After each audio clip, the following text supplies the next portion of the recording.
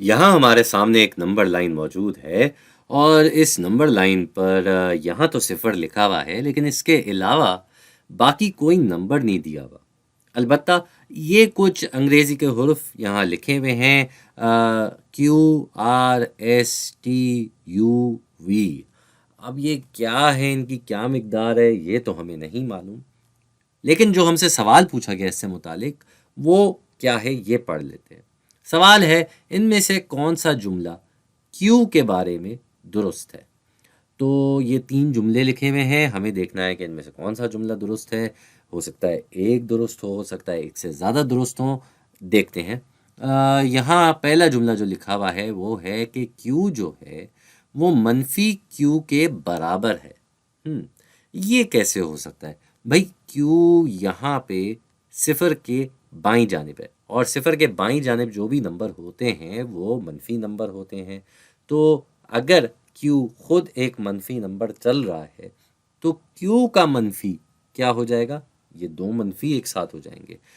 तो ये दरअसल हो जाएगा मुस्बत क्यू। जब दो मनफी साथ होते हैं तो उसकी मिकदार मुस्बत हो जाती है। खैर, ये क्यू इस तरफ होता या नंबर लाइन की, खैर ये क्यू अभी सिफर की बाईं जानिब है, लेकिन अगर ये सिफर की दाईं जानिब होता, मुस्बित होता, तब भी ये अपने मनफी से बराबर नहीं होता। कोई भी नंबर अपने मनफी का बराबर नहीं होता, अलबत्ता उसका उलट ज़रूर होता है। लिहाजा ये जुमला तो दुरुस्त नहीं हुआ। अगला जुमला क्या है? क्यू का उलट वी है। अब यहाँ थोड़ी सी कोई दिलचस्प बात हो रही है, क्योंकि सिफर इधर लिखा हुआ है और सिफर की बाईं जानिब हम जान चुके हैं कि क्यू है, और अगर वी की बात की जाए तो वो सिफर की दाईं जानिब है।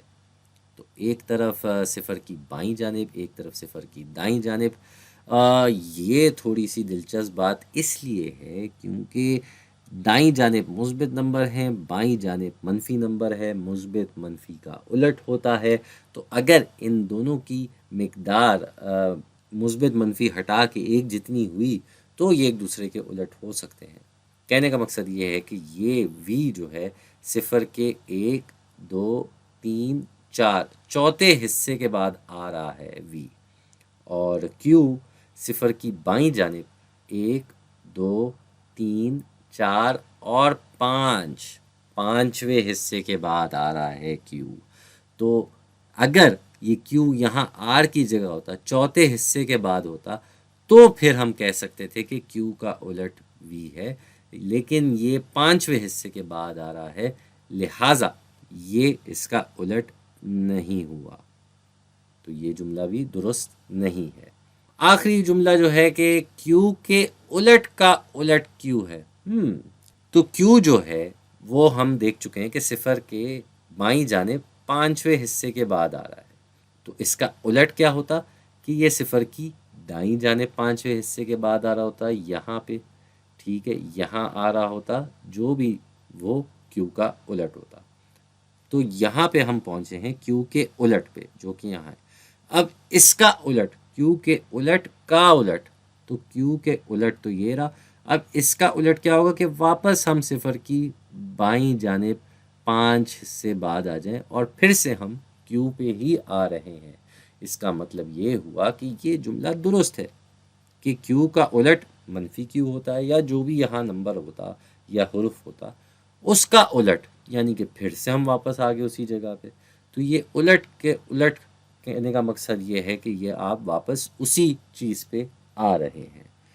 तो यहाँ तो हम समझ गए कि कौन सा जुमला दुरुस्त था।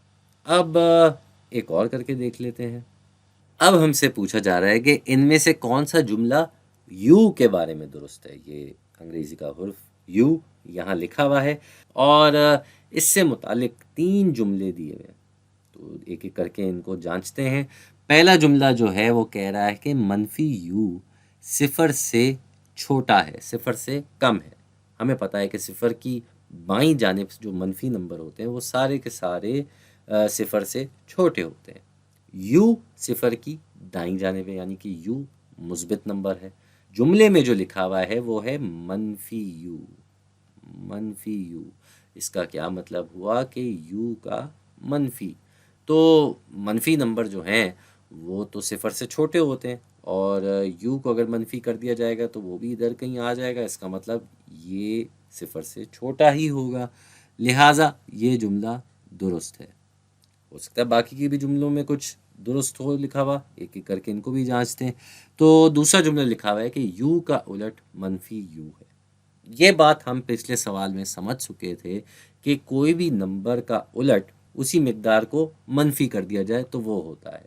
تو یہ تو ہم بغیر نمبر لائن کو دیکھے بھی یہ بات طے کر سکتے تھے کہ ہاں یہ بات بالکل ٹھیک ہے۔